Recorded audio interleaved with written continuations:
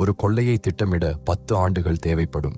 ஆனால் அதை மறைக்க ஒரு வாரம் கூட போதாமல் போனால் 2015 ஈஸ்டர் விடுமுறையில் சராசரி வயது 66 கொண்ட ஒரு குழு லண்டனின் ஹேட்டன் கார்டன் நகை மாவட்டத்தில் இறங்கியது.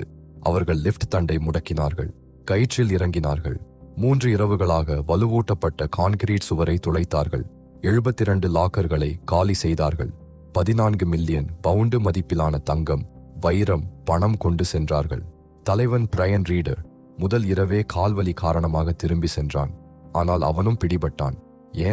ஏனென்றால் அந்த கூட்டம் பல தசாப்தங்களாக பயன்படுத்திய அதே பாரில் திரும்பவும் சேர்ந்தார்கள்.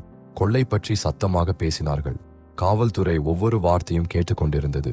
திட்டமிடுவதில் மேதை, மறைப்பதில் முட்டாள். குற்றவாளி வாழ்க்கை உங்களை திறமையாக்குகிறதா இல்லை அலட்சியமாக்குகிறதா? இந்த கதை அதற்கான பதில்.